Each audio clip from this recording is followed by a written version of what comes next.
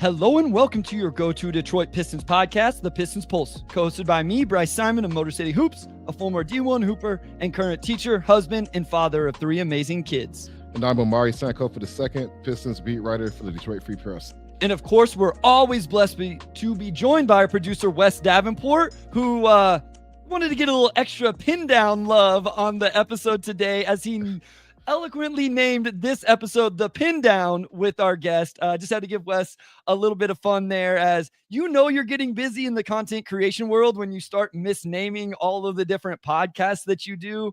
But you guys definitely should be listening to Wes and Blake over on the Detroit Bad Boys YouTube channel with the Pin Down Wednesday, Thursday nights.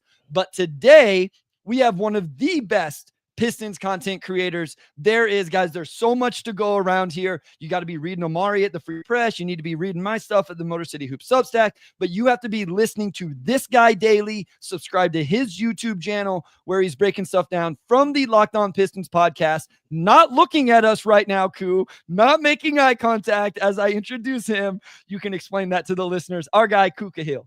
So first of all, thank you guys for having me. Always have fun with you guys. But second, so before we started recording, I had to ask Bryce and Omar how they record. Are able to look at the camera while can they see me while they're looking at the camera? Because I have a monitor on one side, a monitor on the other side, and then my camera right in the middle. So it's always a constant battle to look at who I'm talking to, but then also look back at the camera to make sure I'm looking at you guys who are watching. So it's a constant battle back and forth I've yet to be able to defeat. So it's funny, I never picked up on that, but now that's all I could see is you looking back in front of the monitor and the camera. I never thought about it that hard. It was that's just the cool aesthetic, kind of gazing off into the it's not me gazing off. I don't want people to see. So I notice it because I am very reliant when I'm recording with somebody, which is all the time, on their interaction. So at times whenever I look at Omari, whenever it's just Omari and I recording, and if I can tell he's doing something else, it actually affects me. I'm like, Omari, you're come on, lock in. And I think that's why I say your name all the time. People call me out all the time for talking, and I'll be like, Omari. And I think it's just a trigger of I want to make sure we're still locked in communicating. So I had noticed it with Koo, but I thought he was always just looking at a different monitor, looking up stats or something like that. No, yeah, I look up stats on one monitor, but this one right here where I'm looking right at you guys. So that's a big thing for me too, Bryce. I want to be able to look at who I'm talking to. But then I started to realize I'm not. They probably think I'm not looking at them. They probably yeah. All right, real quick, Derek Brown says, man, can't wait to watch this episode. Let's go. We have some other comments we will get to later. Harry says, what up, though? Bump says, happy Sunday. We'll talk about Cade. We'll get to some of these. I'll star some of these other comments early. We'll get to them a little bit later. I want to start here, Koo, with vibe checks. That's kind of what we always do here on the Pistons Pulse in the season. I want to look at the immediacy, the last few games, right? Obviously, coming off a win on Saturday night was really good to get that, so we weren't having to talk about a, 4-game losing streak. But we had the loss to the Sixers last Saturday, loss to the Bucks in that big in-season tournament game on Tuesday, the loss to the Celtics on Wednesday, a few days off. Then they beat the New York Knicks without Karl Anthony Towns on Saturday. Where are your vibes just over the last week before we really spread out and look at the whole season? So vibes overall are fine. I said it yesterday, this team, certain players on this team are quite literally a roller coaster, not just game to game, but possession to possession. It's crazy what some of these players put you through watching game to game. But the team overall, I think over the last 2 weeks or so, they've struggled a little bit. And I think there are some changes that might need to be made. But overall, I think that fans probably should still feel better than it maybe anticipated, because I think, what are they right now? 10-14, 10-15? 10-15. So, yeah. So, I think still, even with how they've lost a few of these games over the last few weeks, I always go back to if I looked at the schedule before the season, did I think that they'd be 10-15 at this point? And for me, no, I didn't think they would be. So it's always that kind of perspective I want to keep. Whereas, yes, they should have been some games that they could have played better, should have won, and definitely shouldn't have put such a lackadaisical effort out there. But then also I go back to, where were they at compared to where I thought they would be? And at the end of the day, they are still ahead of where I think they would have been. So I always try to keep it in perspective. So I'd say that overall vibes are fine. But if you watch Cade's Instagram live yesterday, you think vibes are immaculate. You think that it's like they just won the championship, which is great to see. But Yeah, they are still on a 33 win pace after the win last night. I kind of looked at it late last night, and this is the quickest they've gotten to 10 wins, at least in the last 5 years. They started off 10-14 last time they made the playoffs, and that's the same track they're on now. So, obviously still a lot of season left, but I think you look at where this team's been. We don't need to talk about last season, but even before last year, they weren't getting win number 10 until like the end of December, right? So, they're several weeks ahead of pace compared to where they normally are. And they had a really good win last night. This is a good timed episode, a well-timed episode, because that was probably one of their best 4 or 5 wins out of the 10 they've had so far. Yeah, Ku, what did you think about 2 games in particular? You and I talked about the Bucks game, and before that one was played. So I want to get your thoughts on how that one went, what you may have learned from that, if anything in particular. And then 3 games in a row they lose. Vibes are kind of struggling a little bit overall. And then again, a really nice performance, especially from Cade. Malik Beasley really hooping. No Karl Anthony Towns, but still a very good Knicks team. Specifically those 2 games over the last week, just kind of your thoughts and takeaways from what you learned from those. Yeah, so let's start with the Bucks game. The Bucks game, thankfully, the Pistons actually hooked me up with tickets. Shout out to the Pistons for me to get there. So I was there live, pretty good seats right behind the Pistons bench. So you got to see, and Bryce, you know this, Omari, obviously you know this, you're at every single game. There's things that you pick up on when you're at games that you won't pick up on when you're watching on TV, such as like people talking on defense, calling stuff out, all that kind of things. The game against the Bucks, I thought they came out with the right energy, and they knew that it was a big game. They came out acting like it was a big game. Duren especially came out, was playing really hard in the first 6 minutes or so. But after that, I think what ended up happening was the Pistons continue to show that they struggle to guard bigs that can spread the floor. And as the game just continued to play on, that became more and more and more of an issue. And to be honest, like another thing is that the Bucks kind of just flexed their muscle. Like this is not the same Bucks team that was struggling the first 11 games when they were like 2-9 or something. It wasn't the same thing. This team is starting to win. I think they've won like 6 straight or something. They had a good win streak at one point, and obviously they have Giannis and Dame, and those 2 guys just kind of flex their muscle on the Pistons, and they just don't have anyone to really guard Giannis. And Dame, and the way the Bucks are assembled, really exposes some of the weaknesses the Pistons have on their roster. They just don't have the personnel to match up against the Bucks. So I don't. Part of it was effort by some players, I would say, or just lackadaisical or mental lapses, I'd say, by some players. But overall, I would say it was more so just a better team with the better players, kind of just really making their impact known and just suffocating you. So I think that's really what happened in the Bucks game, though. Again, they could have played a little better. Some players really could have been, I'm sure we'll probably talk about some of these players, but certain players can be a little better.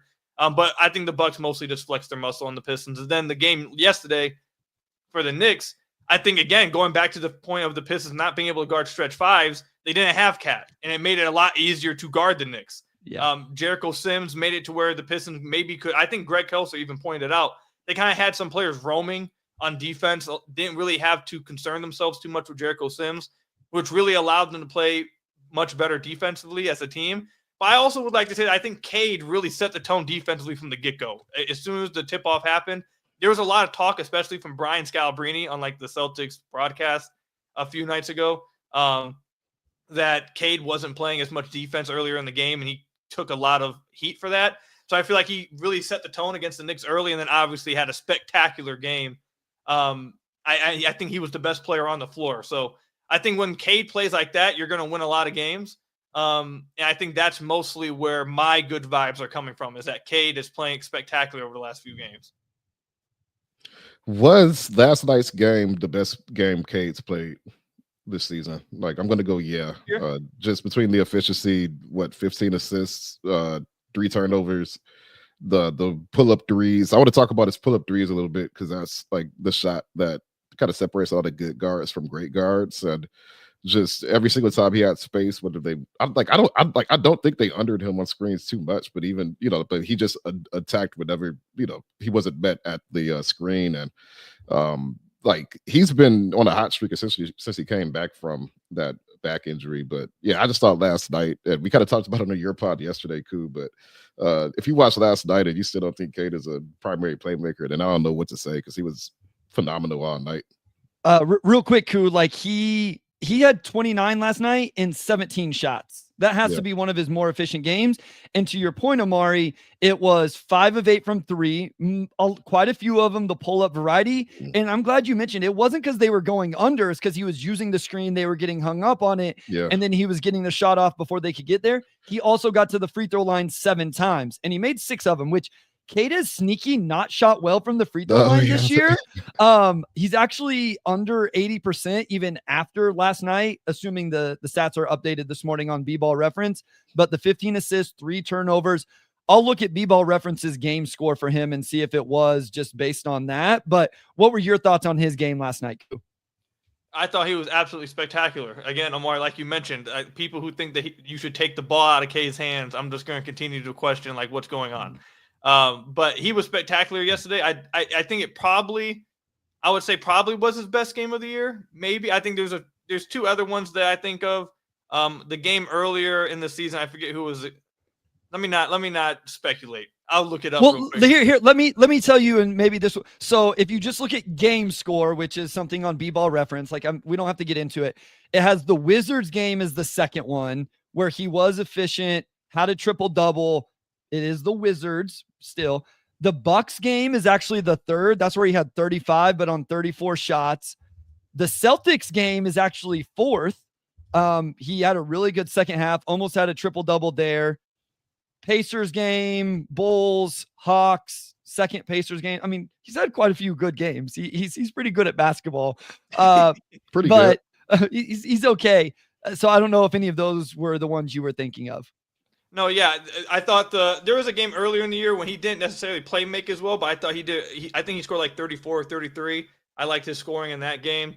I did like his overall game against. I think you mentioned it. It's slipping my mind. I think it was the Knicks earlier in the year. The other game against the Knicks, or no. The other game was his other triple double he had against. What team was this? The Wizards. Atlanta. Oh, yeah, the Hawks. He had a triple-double against the Hawks in a win also. Yep. Yeah, I like that game from him as well. But, yeah, this is definitely one of his best games of the year, if not the best game of the year. He was in – that first half was maybe the most in control I've ever seen Cade of the 100%. Pistons offense. Yeah. Like it's like he had the cheat code to the test. Like it was crazy. He was answering every single defensive coverage, everything that the Knicks defense threw at him. He was making the correct read, and he kind of spoke about it after the game in the locker room. He talked about how he felt like he had the answer to everything the Knicks threw at him. He just felt like there was nothing they could do to really stop what he was doing. So I thought he looked absolutely spectacular. His pull-up threes, I've been talking about it for 2 years now. That's the thing that's going to take him to the next level. And this year, Jackson Frank tweeted this out. He's shooting 37.2% on pull-up threes. So you'll absolutely take that. He's just about at 40% overall on threes. He's shooting much better even on catch-and-shoot threes. I said it yesterday. I think I said it to Omari as well. Bryce, I think we even hit on it on the podcast last week. I'd like to see Cade's three-point attempts even go higher. Like, I'd like to see him shoot more than 6, 7 a game. Like, let's get to 8, 9, 10 a game with how he's shooting them. I think that would be probably a better way, in my opinion, for him to reach the efficiency everyone wants him to get to. Because right now he's trading a lot of mid-range looks for threes and shots at the rim. And even with the shots at the rim, they don't have to be made field goals. He's trying to get free throws. And a lot of times this year, it hasn't translated to free throws, and it's really hurt his efficiency. So I wonder if trading some of those for threes when he's shooting like this would help his efficiency even more, at least until he starts getting the respect of the whistle. Wes brings up per NBA.com over the last 6 games, Cade Cunningham shooting 4.5 pull-up 3-point attempts, making 2.5, which is 55.6%. I don't think 56% is sustainable, but I think 4.5. I'm with you. I think 8 is probably a real number. Give me 4 pull-up 3-point attempts from Cade, and I would love to see him get 3 or 4 catch-and-shoot attempts. Like I consistently put in my notes that I wish some of these after timeout actions would be designs to get him catch and shoot threes the way they do sometimes for Beasley and Tim Hardaway Jr. I think that would be a way to get Cade Cunningham going, get him a good look. I also want to quickly point out, Omari, so Cade has played 21 games this year. And he has scored 20 points or more in 18 of them. So like he has been a very consistent scorer. 21 games, he has 10 or more assists in 12 of those 21 games, with a couple more 9 assist games and an 8 assist game. Like he has just been very, very consistent with the way he scored the ball, the way he's distributed the ball. So, and I also want to shout out, I didn't think he was a great matchup for Brunson. A lot of that was the foul trouble stuff. Like that's the scary part of putting him on someone like Brunson, or we saw it with Jalen Brown. If you want to see a clinic tape closeout, he had one last night that was beautiful.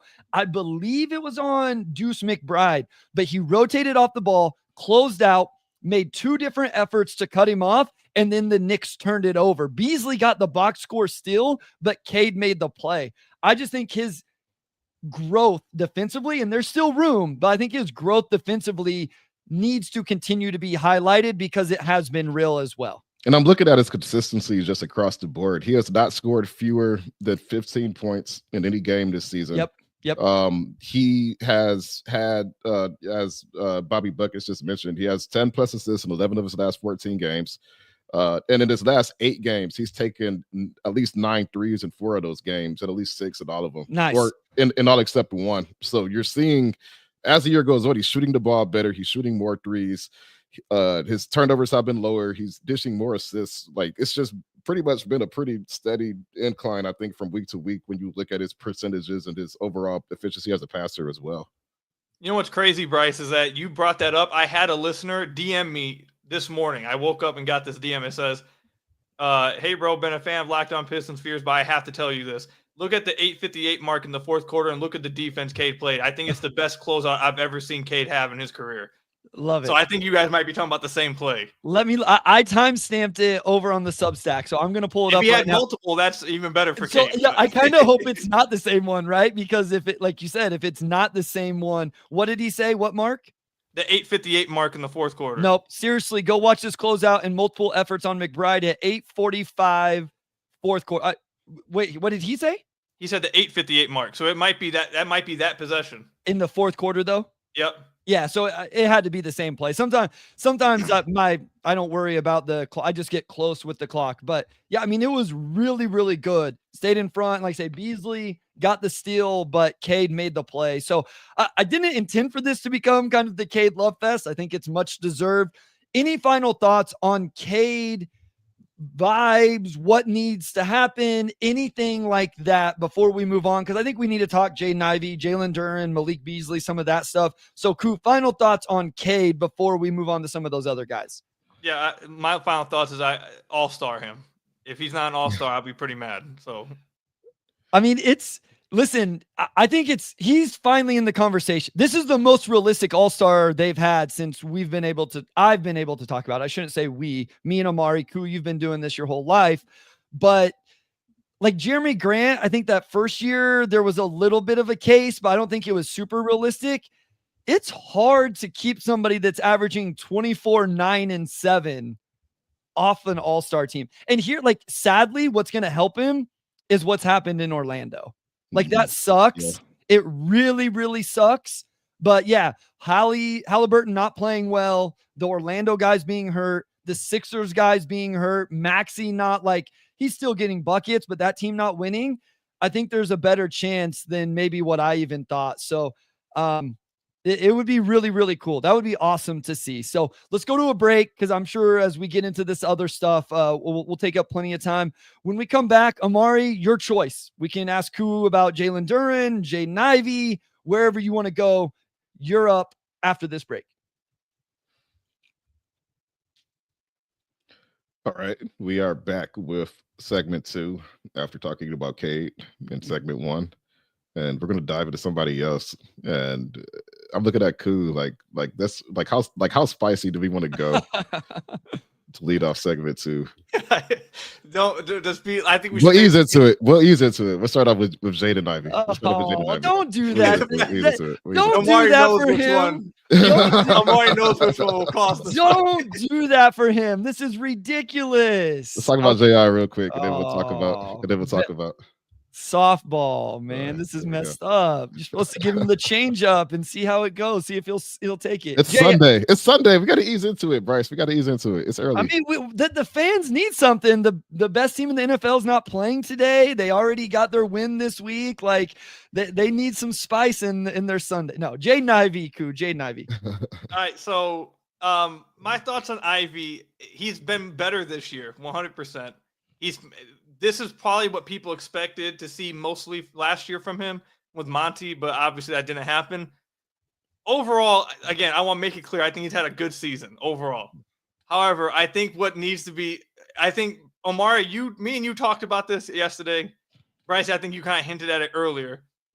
At some point, the Pistons are in year 5 of their rebuild. Cade's in year 4, and he's looking this good. At some point, we have to have broader discussions without it being like an insult. Like at some point, we have to have broader team building discussions because Cade is 23 right now. Yeah.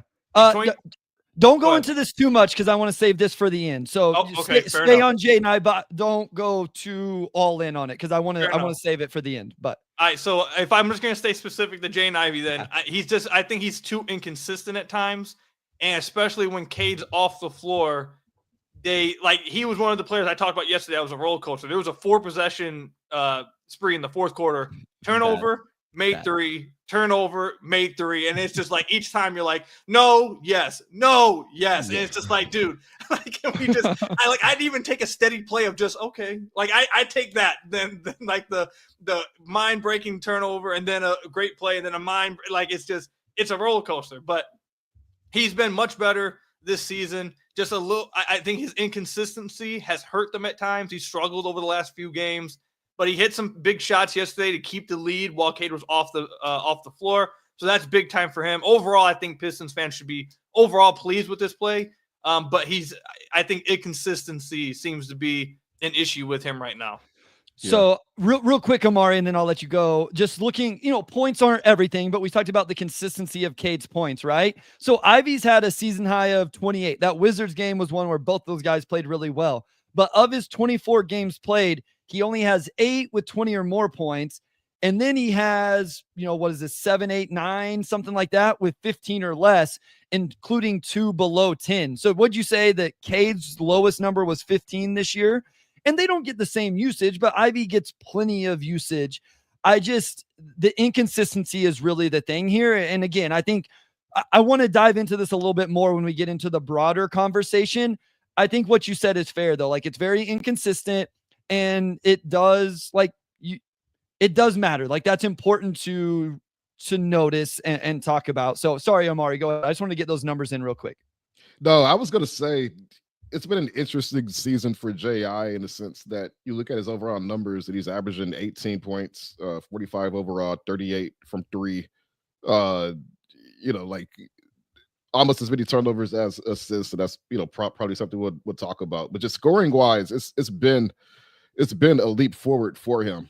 I feel like now that we're 25 games into the season, it's like, okay, he's kind of figured out the scoring aspect of it to an extent. I thought it was really big for him to hit those 2 threes late that, New York's pushing, trying to, complete the comeback. And both of those threes were just daggers, right? Because a 16-point lead in today's NBA is probably what, a 9-point lead used to be like 10 years ago. And they helped him stay on top. Like you're seeing those moments of growth from him as a shooter that I like. I think it's just the playmaking aspect that you still want to see a little bit more of. I thought he had some really nice passes in the first half playing next to Cade, but you saw the game shift in that third quarter when, Cade had 4 fouls. He took a rest and, the offense just kind of stagnated. So I know we're going to get into that aspect of it later, but that's one thing I do want to see from J.I. this season is at the very least, you have to cut out the turnovers, right? I think you could be that secondary playmaker the team needs. You don't have to be Chris Paul. Like if you just cut out the unnecessary turnovers, I think that's more than half of it right there. And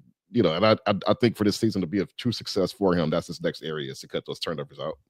Real quick, Wes says he also has 3 games with 6 or more turnovers and 6 games with 2 or less turnovers, just to continue with this roller coaster of what we get from him. So I know you had a thought, but wanted to get that in real quick.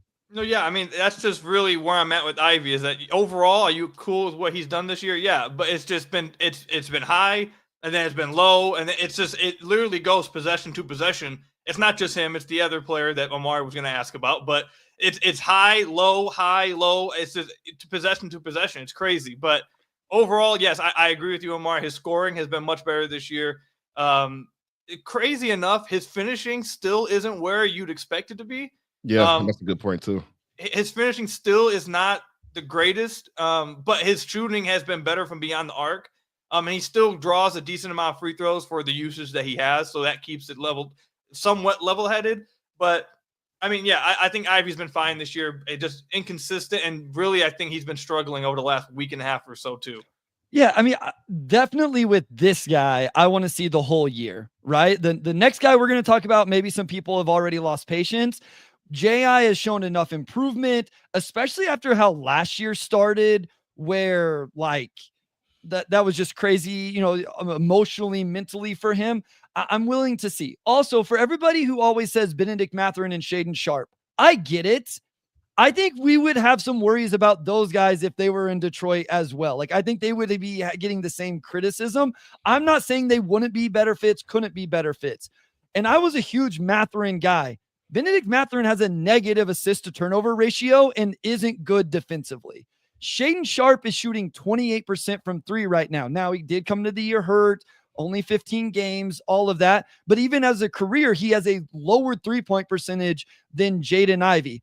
All I'm saying is I think we're quick to say those two names, and I'm not saying they might not be a little bit better, but I don't think that they're perfect in the way that we think sometimes. And I love Benedict Mathurin. I know you were a huge Shaedon Sharpe guy, Koo. I'm not saying that Shaedon Sharpe wouldn't be better. I'm just saying it's not like that was light years better based off what we've seen thus far. It may still prove to be that. I just don't know that that's like, it's just a crazy, like this would 100% be it. We'll talk about what we think J.I.'s perfect role is whenever we get to the end of the episode, and even maybe what that means for his contract. I want to go ahead and throw the change up here and see where we can get you. Jalen Duren, Koo. Jalen Duren, where are we at? What are your thoughts, man? Because listen, I want to give a real quick caveat with Jalen Duren. Everybody's talking about him getting beat in transition, right? He gets smoked in transition, fouls, gives up the N1, then doesn't box out for whatever reason on the free throw, essentially gives up 4 points. I do want to point out Isaiah Stewart got outran by Ariel Hookporty later in the game as well. So Duren's not the only one that it happened to last night. I just want to give that quick caveat, but not Duren's best performance. Where are you at? Is he growing anywhere? More patience? What do you think? It's like, someone commented Koo was saying on the change up. That's funny.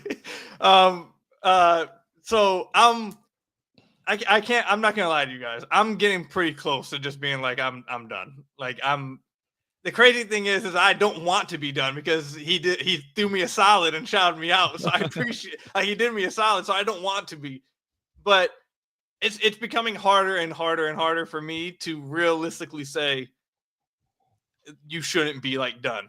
Yesterday, Bryce, I'm telling you this right now. You as a coach, I want to know what your reaction would have been. I was pissed. No, not even just like it's not the fact that he got beat on the box out. It's the fact he just didn't move. Like, yeah. Just like so straight up, I would have called a timeout and subbed him out. Like, that would have been my reaction. And if it was Cade, I would have done the same thing. You can't miss the box out after you got beat in transition, Koo. You can't do it. Here's the other thing. Everybody remembers that play. There was one earlier in the game where his man is jogging back on offense, and so he's just jogging back on defense. It's Jericho Sims at half court line. He's not a threat there. Cade gives up a drive, which he shouldn't have, but because Duren jogged back on defense, he wasn't there to help on the drive. He should have been back and ready to help. So it's even things like that where I don't even think he recognizes it. He won't be there whenever it's a floor spacing big in transition, but when it's Jericho freaking Sims, he decides he wants to stand at the 3-point line. It's like it's not clicking, man. You know what I mean? It's not clicking, Koo. I don't know look. So I've said this now about one of the concerns about Duren has been, like, last year, for example, I saw a lot of Pistons fans, and I get it, but I saw a lot of Pistons fans comparing him to Drummond, young Drummond when he first was drafted to the Pistons. Super raw guy, 18 years old, both of them super young, et cetera, et cetera. And I said last year, the difference is, and Omari, I don't know, were you a beat writer by the time Drummond? You weren't a beat writer yet, You were right? after, right? No, yeah, I started like right after they traded Drummond. So like my first day was like April 6, 2020 or something like that. So But like right when the pandemic hit. Were you in Memphis yet by the time? I was in Memphis. Yeah. Okay. But Drummond showcased flashes and was much more impactful already as a 19-year-old defensively. Whereas Duren, I don't feel like there's ever been more than like a 2 to 3 game stretch where he's legitimately like flashed defensively. Yeah. Like whenever I think about Drummond, just while I'm thinking about it right now, he stole the ball from Dwayne Wade on back-to-back possessions. It was late in the game, but I just always think about that. Like his hands were so quick, his feet were so quick that he got 2 consecutive rips on Dwayne Wade. But just to your point about seeing those flashes, cool, about seeing the ability. Drummond's hands defensively were quick as hell. Like they were so fast that Stan Van Gundy built an entire defense around him, playing aggressively in the pick and roll because it created turnovers and all that kind of thing. So while Drummond, my overall point getting to this was that Drummond flashed those things young, and you were like, okay, he'll be able to do this. I feel like, and correct me if you guys disagree, but I feel like for 3 years, it's mostly been just wishful thinking. Like there hasn't been much shown on the court to believe that he's going to be good defensively, that he's going to improve defensively. It's mostly been, well, he's athletic, he has long arms, he should be able to do these things. And when we haven't really seen him do it consistently for more than like maybe a game or two. So the play yesterday, Bryce, was enough for me. There's been not only that box out, but I don't know if you guys know, but the offensive possession before he did that Euro step, like the Pistons were starting to lose ground. Yep. And he just took a play from the high post area, just try to drive in and Euro stepped and missed the floater, and then immediately comes back down and does that. Like that was enough for me to be like, look, you can't play the rest of the game, bro. Like you just cannot come back on the floor after that. Like there's too many stretches like that where it's just like I'm close to this being completely out, and I don't want to be because he's only 21. But it's like at some point it can't just be wishful thinking. At some point you got to give something on tape for me to like build around, and you're just like you're not doing that. Okay, real quick, Omari, I know you got thoughts. We got to get to, but real quick, first, I want you guys to answer this for me. Think about it, and I'm gonna give some stats that Wes put in the chat. How many times do you think this year Duren has had back-to-back games with double-digit rebounds? So that's my question. You guys have an answer. Back-to-back games with double-digit rebounds. Hold on. Drummond year 1 averaged 2.6 stocks. Year 2, 2.8 stocks. Year 3, 2.8 stocks. Duren, 3-year, 1.6, 1.3, 1.7. So to your point, just not as disruptive. Okay. How many times this year has Duren had back-to-back games with double-digit rebounds? I know his rebounds are down, and typically he has a double-digit rebound streak going, and I can't think of any significant ones he's had this season. So I'm going to say 2. I'm going to say 2. Cool. Like you know how indicting this is. You know how bad this is a question. Yeah. How much can you guess and say 2 as well? It is 2. The answer should be like 12. It should have been 12 straight. So since we've done this on the pod and it wasn't like intended, we looked at the point consistency of Cade versus the point consistency of Ivey. How about the rebound consistency of Jalen Duren, who had a 22 rebound game in a game where he gave up a bunch of points, but nonetheless, and then has had a 4 rebound game. And yes, minutes vary a little bit, but he's only had 9 games where he had double-digit rebounds this year, and I believe this would be 10 or 11 where he's had less than double-digit rebounds. It just Bryce, to back up your point, there's 2 games that really just cannot happen with the rebounding department. The first one is that game against the Hornets against Diabate. Oh, yeah. Ending of that game, all the talk was, the Pistons should dominate the glass. Duren should really be great at the end of this one. They don't have Mark, like all this stuff. And he gets like, they just got outplayed by Diabate. And then the second game, just a few games ago, he had the same amount of rebounds as Payne Pritchard. Like Peyton Pritchard is nice though. He is nice. He's nice, but he's not drumming with the glass. He shouldn't have the same amount. The other night, Cade had to have the most rebounds on the team against Boston, and he had the same amount of rebounds as Peyton Pritchard. That just can't, those things cannot be things uttered out my mouth. It just can't happen. Not when you're not a stretch big and you're not very good protecting the rim, you have to dominate somewhere, and he's not doing it in the area where he was at one point. Sorry, Omari, get your thoughts off here, because no, I mean, you guys mostly hit on it, but that's the conversation that we always come back to with Duren is to be a modern big. If you're not shooting, then you have to dominate the paint, and defensively, you have to either be a true rim protector or a guy who can roam. You've got to be one or the other. And I think most bigs have a hybrid of either just being elite rim protectors, or you could just kind of allow them to do whatever, and maybe you have some strength behind them. But guys like Jaron and Evan Mobley, you got to be able to do one of those two roles, and Duren's just not there yet. So you're sort of in an awkward spot where it's yes, he's 21, but he's also in year 3. You have extension talks with him and Ivey next summer, and then you have one more year essentially to figure out, is this somebody we could build around, or do you move on? So especially with a new coaching staff, a new front office, this isn't the group that drafted him, right? This isn't the group that brought him in that, initially saw the potential. So he's one of the players I'm keeping an eye on really just through the rest of this season, not necessarily from a transaction trade standpoint or anything, but just more so he's probably one of the guys at the top of the list of we have to make a decision at some point on if he's going to be part of the future or not. And again, so much of that for him just comes down to what he is or isn't doing on defense. Real quick, want to shout out Roy Bushik watching on Facebook, good family friend here. So I always appreciate the personal connections whenever they connect on Facebook. Before we go to break, I want to ask this to both of you. What's the answer? We're going to get big picture next segment. We can talk trades, what's more important, all of that. It's going on in the chat right now. I love it. No trade. You can't say trade for a center. Let's just say they keep the big man position as is. Omari, what do you do? Do you continue to start him and say, hey, you're either going to figure this out, or it's going to continue. You're going to continue to be the topic of every Pistons episode until you figure it out? Do you start Stu? Do you start Paul Reed for a few games, let Stu stay on the bench and bench Duren for a few games and see if that sends a message? Where are you at on that pendulum right now, Ku, of what you would do? You can't just trade him or trade for an upgrade right now in this scenario. I think you have to sit him. I think at this point, I'm starting Stu. I have the concern of Stu's finally found his role as a backup 5 and he's thriving in it, but you could make a legitimate argument, and it's one that I would agree with. And someone commented this in the chat, having a better starting center would be more impactful than going and getting a BI. I agree with that. It's gotten to a point where you could legitimately make the argument that Duren is costing them games. His play at the 5 position is losing them games.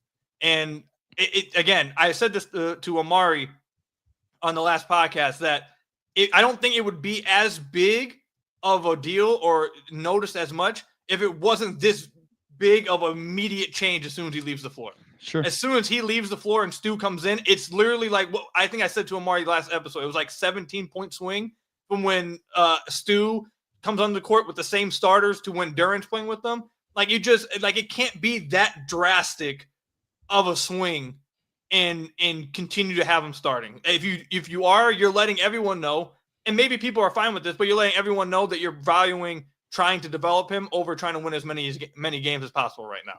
Yeah, by B-ball references on off, he has the worst on off outside of Tim Hardaway Jr. And, J.I.'s a negative, Holland's a negative, Fontecchio's a negative, but, his is negative 5.2, Isaiah Stewart's is 1.6. And, Cade's is Beasley's is the best actually. But, yeah, it's interesting. I kind of like this from Bobby Buckets. Start Asar and Stu instead of THJ and Duren. Use Asar in those creative ways. I've always said, if you're going to play Asar, pairing him with Stu, you both know how I feel about starting Stu. I feel like then the fan base is going to hate him because he's not the starting center they want. But I think Wes says start Paul Reed for a week, keep Stu on the bench, and see if that truly sends a message. Just like, hey, You're going to take a week off. If you need to rest, get your legs back, whatever, here's your chance. Omari, same question to you. You can't make a trade. We're not doing that right now. We can talk about that after the break. Where are you at? Would you continue to start him? Is it time for a message? What do you think? What would you do if you're in JB's shoes right now? Yeah, I mean, you have Paul Reed, who, was good enough to start, games, played all 82 for a good Sixers team last year. We've seen Paul Reed in limited minutes. He knows how to play. He knows where to be on defense. He's to be a good backup center. We know what Isaiah Stewart can do. So if you have the guys on the roster, then to me, that's just a real rotation adjustment you make. There's really no reason to have a guy like Paul Reed if, you need a Paul Reed and you're not playing them right. So, I would just call Paul Reed's number, maybe just start Stu and go from there. But again, I think the other convo with Duren is obviously winning games this season while also finding opportunities for development. And I don't think you need to play Duren 30 minutes a night for him to develop. He can still find minutes here and there, but if you have guys who are getting it done and it's just a simple question of that, then to me, that's pretty straightforward. Yeah, I mean, that's an interesting idea too. We see some teams where a guy gets to start and, he plays the first 4 minutes of the game and then he sits, he starts the second half, plays 4 minutes, and then kind of maybe it's just really limiting the minutes and getting a true 3-man rotation with Paul Reed. We're going to go to break. When we come back, I'll put the question I would like to start up on the screen, Omari. We'll start there because I think it'll really drive the rest of the conversation, but we'll get to that right after this. All right, we are back with segment 3, and Bryce, I believe you're going to tee us off with a question here. Yeah, so from Colin Wood, Pistons Twitter is always talking about a BI trade. An upgrade at center would be much more impactful in my opinion. So we're going to go big picture now, okay? Ku, go wherever you want with it. I know you started to with JI. Omari, same thing.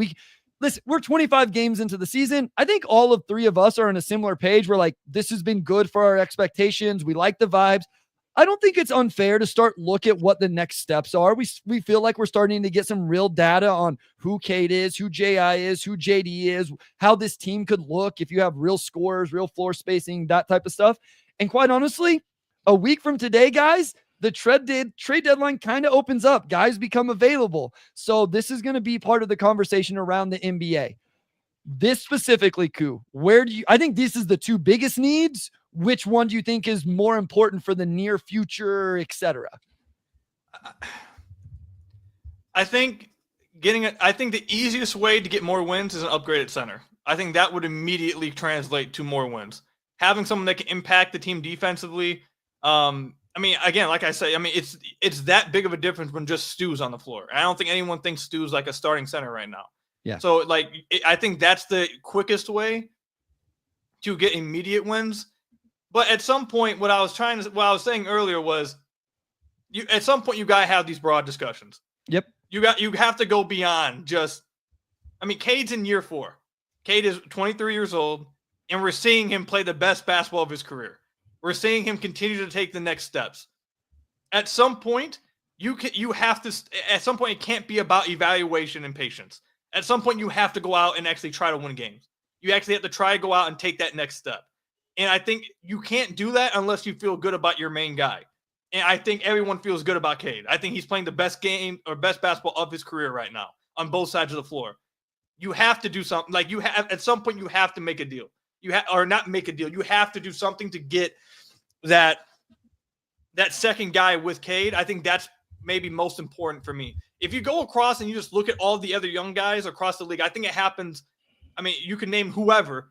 Once that team feels like, okay, this guy's here, he's good enough, they go out and get somebody. Whether it's Tyrese with Pascal. Whether it's Devin Booker getting CP3, whether it's you go across all. Honestly, the Knicks just did this with Brunson, right? Once they felt like they had Brunson, they went all in, to the extreme, but the same idea. Yeah, it's just everywhere across the league. Once you feel good about your young guy and you think he's here, you go and get somebody. You go and get a legitimate guy who doesn't have to be better than him. Maybe he is better, but it's at least on his level creation-wise, at least on his level impact-wise, so you can start having a chance in these games. Right now, I feel like I don't want to go too far into this. I don't know if you want to bring it up later. No, let's go. We're all in wherever it goes. J.I. and Jalen Duren, I think, are giving you a pretty clear picture, in my opinion, of what they are. I think Jalen Duren, without some massive change, he's not going to contribute much to winning right now. It's not going to happen. Jaden Ivey, I think, is showing that he's made these steps as a scorer, as a shooter. However, do you want him? Is he someone you want as your 2?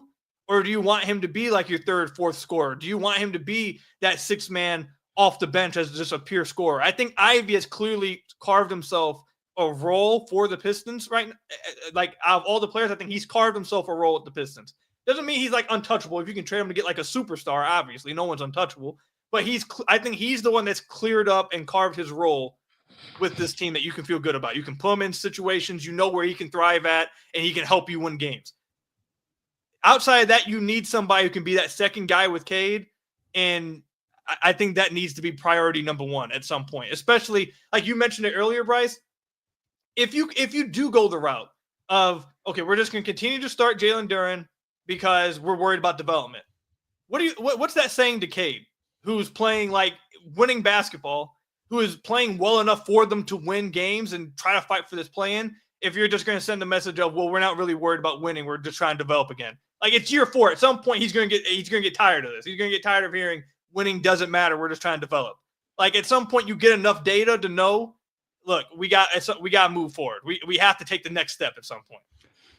I think Cade has pushed this thing forward. I agree with you. I think the idea of, do you go all in on the number 2 option right now or the stretch big or whatever is interesting, because I think I agree with you. And Cliff in Clean's Kettleball says J.I. is not ever going to be a legit number 2. I don't want to say ever, but I think we've seen quite a bit that I don't feel as strongly about that as I did at one time. I think I put it in my notes somewhere that I think probably is the number 3 type of guy, like your 3rd starter, and then maybe still kind of run a bench unit. Maybe that's what he ends up being, a real number 2 scorer, maybe number 1 scorer, depending on how you want to frame it, whatever is what the team needs. Cade playing this well, finally seeing it for this amount of time, pushes things forward. Omari, which do you think? Do you think they need to go get that number 2 scorer? Do you wait and see if Holland shows more, if Asar shows more, if J.I. shows more? Or is it the center position where that doesn't look like they have a legitimate starting center right now? Or as people brought up with Miles Turner, who is an unrestricted free agent this offseason, I don't think that's as crazy of a possibility as what you may think, because Indiana is in disarray right now. Is that more of the play? Where are you at between those 2 things? I'm a little bit in the middle. We did talk about it a bit on X last week, where there's so much talk, and even on your pod yesterday, like there's so much talk about veteran PG, this and that. When really it's just like you look at the Milwaukee game, right? Like they had Giannis and Dame. Like that's what you need. It's not veteran point guard. It's another guy that strikes fear into the heart of defenses, right? The Pistons are at that point. I don't think it's a point where you need to solve it this season per se. Only because 1, there's a pretty good draft next year, so I don't think you necessarily need to take yourself out of the running for that, unless you're essentially where the Pacers where it's like, we're going to make the playoffs anyway, so we might as well try to make that leap from playoff team to contender, right? I think the Pistons are somewhere in between those 2 zones. But after this season, if you feel pretty firmly that Cunningham is your 1 guy, then at that point, and we've talked about it on the Pistons Pulse a lot, Bryce, but it's just consolidating at that point, right? Like, we know that we want Cade. Like, he's already under a max deal. We're going to build around him. You have guys like Ron Holland, Asar, Gustav Sasser. Those guys have time. You don't need to make a decision about them, this season or even next summer, right? They still have a few years to develop and whatnot. Becomes a little bit more pressing with guys like Ivey and Duren, where it's, are these guys who could potentially contribute to winning down the road? Yes, but do you make financial commitments to players who, are probably more so looking like road guy ceilings? And I think that's the debate you probably have going into the trade deadline. Do you consolidate now, or do you wait till the offseason to make those moves? And I think a lot of that just comes down to where they are record-wise. If they're still in a 33-win pace at the deadline, I'm not making that trade in February. I'm going to wait till the summer. If you're at a 40-win pace, then okay, maybe you make the trade then, because you don't want to be in that weird spot of, we're in the lottery, but we also lost in the play-in, right? Going to maximize your odds to actually get into the playoffs at that point. So it comes down to record. And if we actually in a month or a month and a half, I probably have a much firmer idea. But you're at the point where that's a real conversation you start to have right now for sure. So cool.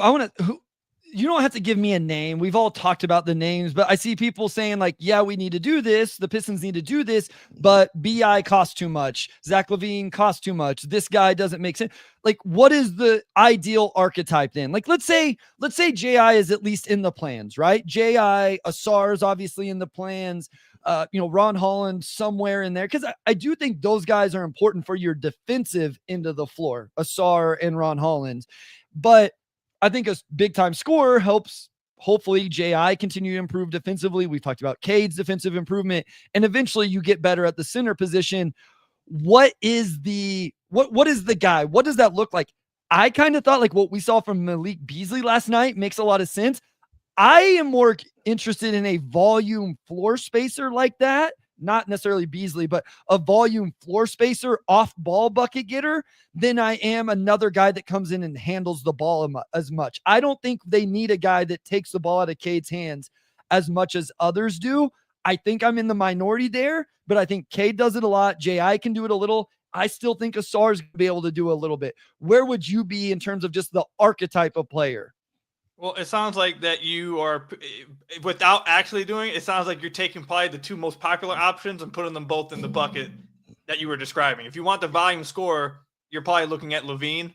And if you're looking at someone who's going to take the ball out of their hands a little more, you're probably looking at BI. Okay, so Stephen P says Clay. Like, Clay is the name I thought of this morning, but there's not very many Clays. But yes, that idea.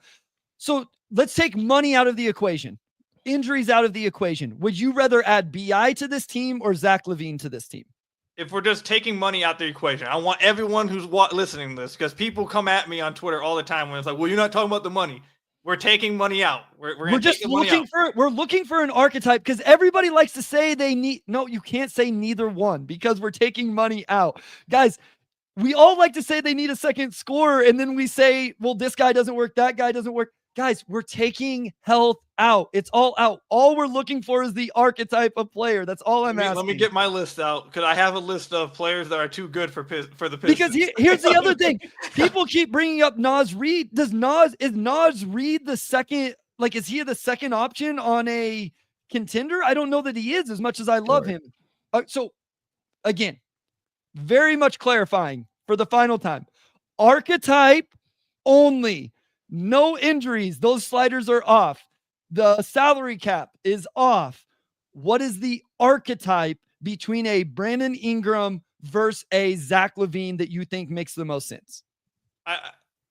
I'd be fine with either archetype, because I see the argument for both. I completely agree with what you're saying, Bryce, and you've been on this, I think, for a while now about the Cade needs another guy who's just going to be a volume scorer next to him. Yes. And I completely get that. So I'm not opposed to that either. I think that is, I could see both. I tend to lean a little bit more towards BI. Okay. I'd like to, I want there to be a volume score, but I want to trust the playmaking with the ball in your hands as well. Sure. I want to trust that you can make the right read and that you have that those playmaking chops. And I think BI is really underrated as a playmaker. So okay. I would go that route. However, like having a guy like LaVine who can just pop off for 40 like any given night and just like go on a heater of like 6 straight threes after like being off the entire night. Like, you know how much the Pistons would die to have a guy like LaVine do what they did against the Pistons? Like, it's a close game all throughout. He's struggling throughout the game. Then the fourth quarter, he just hit 6 straight threes. Like, it's just like they don't have someone that can just do that. So I'd say either one, but I tend to lean more towards BI because I like the playmaking, having more playmaking with it. I think that's fair. I would take the Zach LaVine archetype. I've always thought that was the best archetype. And I still would stay there. What I like about BI is the size that would add to the lineup compared to adding a LaVine. So I'm cool with it. Again, Cliff, we're talking archetypes. I'm not talking about what we've actually seen BI do in the playoffs versus Zach LaVine in the play, like just archetype of player. I would go Zach LaVine archetype of player a little bit over BI, but I think I'm still on. I don't want to take the ball completely out of JI's hands, and I don't want to take the ball completely out of Asar Thompson's hands. And that's why I'm a little more okay with LaVine that type of player. Omari, same question. Again, for all the listeners, archetype only, Omari, because you'll really get aggregated. Like people will be commenting on your articles and everything like that, just crushing you, yelling you at LCA about what you said. LaVine archetype, Brandon Ingram archetype.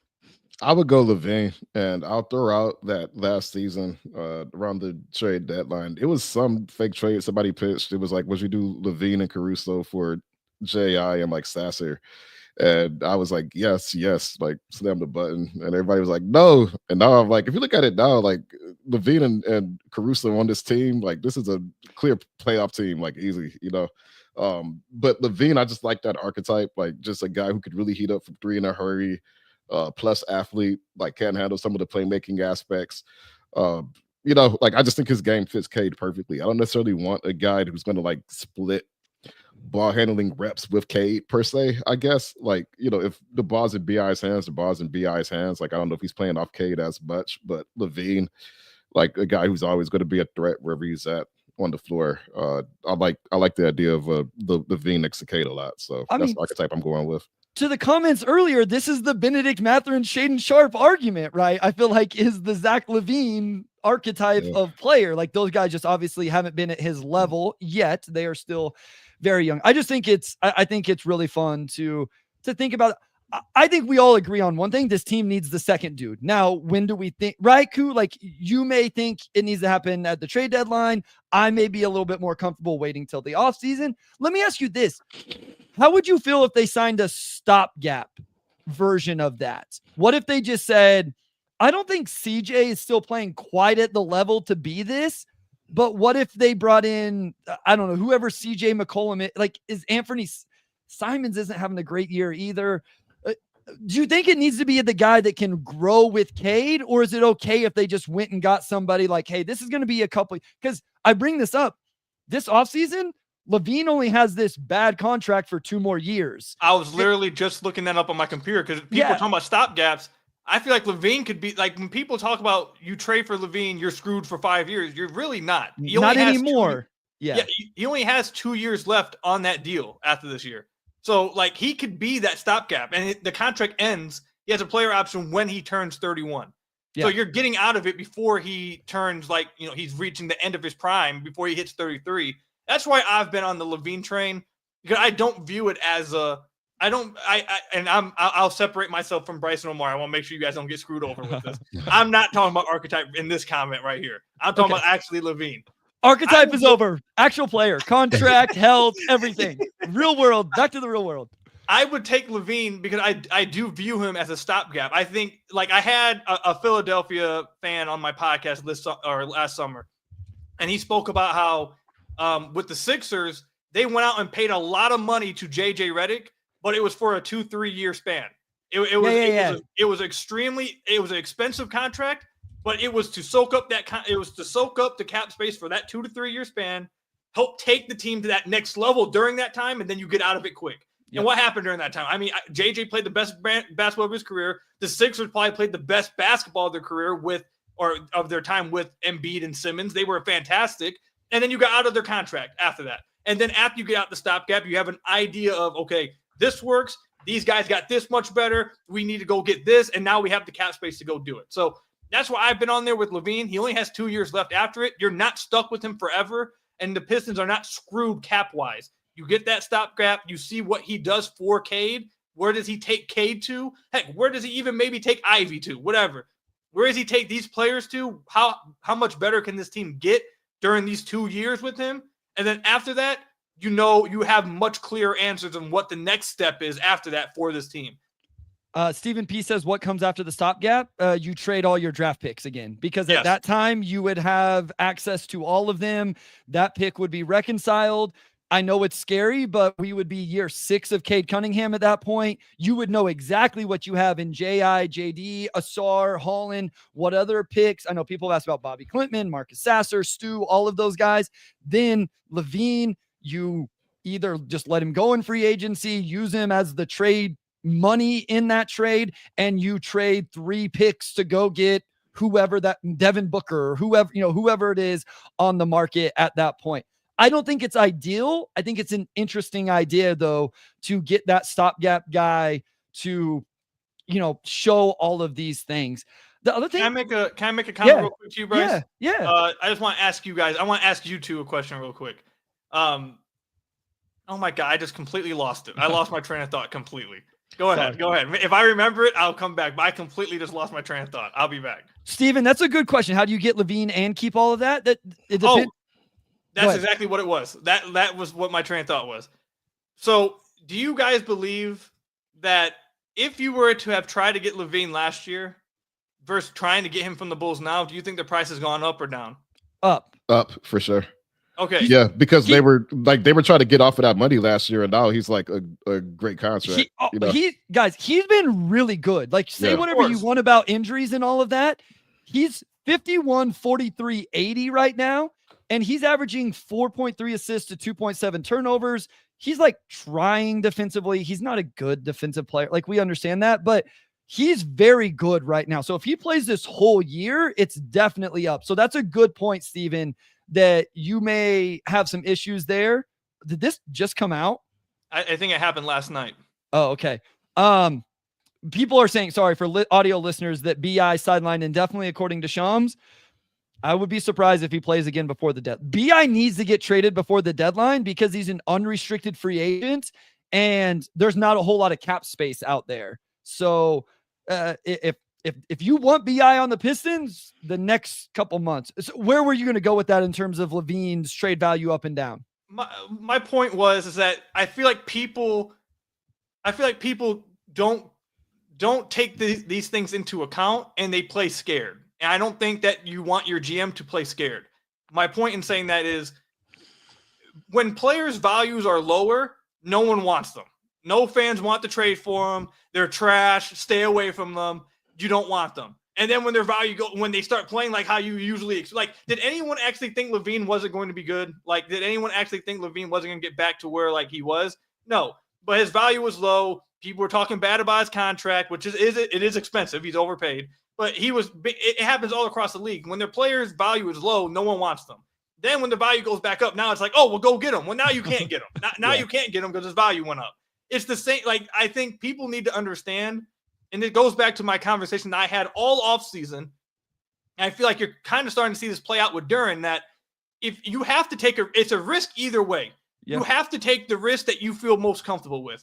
The risk, like with Duren, I was in the offseason saying I would trade one of them, Duren or Ivey. Now, Ivey's improved, so maybe it would have been bad to trade Ivey. But Duren, trade one of them, because if you let them play out, the risk is, okay, maybe they do get better and then their value goes higher, or we're talking after 25 games, sit him and now and bench him, and now his value is completely shot. It's the same thing with players like LaVine, like maybe even a Zion if he were to become available. Like these players who they're really good, their value's low. That is the window of opportunity for a team like the Pistons, who don't have crazy assets, that don't have crazy picks. That's your window of opportunity to get a guy at low value and let him play it out with you and get high value. But if you just wait till everyone's at high value, you'll never get any of these players. It just won't ever happen. Real quick, Mel says, but it's different for bad teams that aren't asset rich, isn't it? And Mel, I appreciate you in the chat. I feel like you've been very, like, I know you're taking a different side of this, and I love it. I think even more so because they aren't asset rich, they have to take a chance. Correct. And it is scary as heck. I get it. I understand it, but eventually they have to do it. And so what were you going to say, Omari? Yeah, I was just going to say, what was I going to say? Good. Like, cool. You introduced forgetting the question before you say it. And it's like when you yawn, it becomes contagious. So go ahead. Just give me a minute. No, that was the last thing. We probably need to shut it down here because I feel like this could keep going. Yeah. No. All I was going to say actually was just that by acquiring Zach LaVine last season, either you get him essentially for free and just absorb cap money, or you get some sort of asset to take him. And that was another reason why I like that deal for the Pistons last year, if you're getting them for that price, because one, you need assets, but two, the absolute worst case scenario was that you get a pretty good player who's hurt that becomes expiring the season after next, when you're probably not going to be a contender anyway. So, it's like old milk now, but in hindsight, it looks like that would have been a move that could have paid off for him. Mel says, I don't know. Reminds me of getting Blake Griffin. Omari says, lack of fear got us, these guys with injury. Like, I get it. Again, I'm just saying the one thing is you have to be smarter, right? Like, you got to be careful with these injury guys. I get that. it would depend on what I don't know what it'll take to get Zach LaVine this offseason. Like, that's the other thing. If you told me they had to trade their 2 future picks or, whatever, then now you don't do it. Now you don't do it. So I'm the other guy is Andrew Wiggins. Like, I think I was on an island saying I would buy low on Andrew Wiggins last year at the deadline. He's having a pretty good year this year, but I mean, guys, like, he could have been awful still. So, I mean, it is what it is. So, yeah, good point, Wes. The Pistons fans hate the Griffin deal, but you also hate the draft misses. So, which That's one? why I've always defended the Blake deal, because I'm like, you never get a player of Blake's caliber in free agency. So that's a worthwhile deal to make. They just had horrible injury luck, which happens. Yeah. But I've always defended that trade as well. I'm with Omari too. I've always defended that, though. Obviously, it didn't end up working out in the end. I've always defended that decision. Yeah. Okay. Last thing here, and then we'll get you guys out. Omari, any updates on Bobby Klintman? I know people were asking. The team's just described as like a weird issue where he had fluid with his calf, and like he's literally been walking around and everything. It's not like it's just been like a weird recovery. So I wish I had more than that. Like, it doesn't sound like it's an inherently really serious issue at this point, but calves are weird, and they've just given it extra time to heal. All right. Guys, if you were here live, thank you so much. The chat was popping. We truly appreciate it. Again, I always appreciate, like, you guys respectfully have conversations. You provide stuff to the podcast, all of that. Even if we don't agree or your point's a little bit different, we love it. We appreciate you. Make sure you like, subscribe, follow, all of that. Make sure you're reading Omari on the Free Press. Make sure you're subscribed to the Motor City Hoops Substack, where I put out game notes and analysis, and we'll start to do NBA draft stuff down the road when it's a little bit closer. And then, of course, thanks to QT says it, elite guest. I feel bad for Wes because I knew the outline was just going to get there was no chance we were following the outline today. I call it Wes. Listen, when I go on Locked On, Koo gets in trouble because I talk too much and we go too long. When Koo comes on the Pistons Pulse, he gets in trouble because we don't follow the outline. So, oh, yes, Omari, we got some family drama. Mr. Sankofa says, my son, the Griffin deal will always be a sore spot between us. I love it. All right, to my dad's credit, he didn't like the deal from the moment it happened. So sounds like Christmas dinner is going to be very interesting at the Sankofa house. This is old hat now. This is old hat. Griffin's doing podcasts on YouTube. We're past it. All right, Koo, let them know where they can find you, and then we'll get everybody on with their Sunday. You guys can follow me over on Twitter at Khahil. You can also find me over on Blue Sky now on also at Khahil. You can also find Locked On Pistons, whatever podcast platform you're listening to this on. Also, you can find us over on YouTube, Locked On Pistons. Also, subscribe to my personal YouTube channel at Khahil as well. I do want to say to you, Bryce, real quick.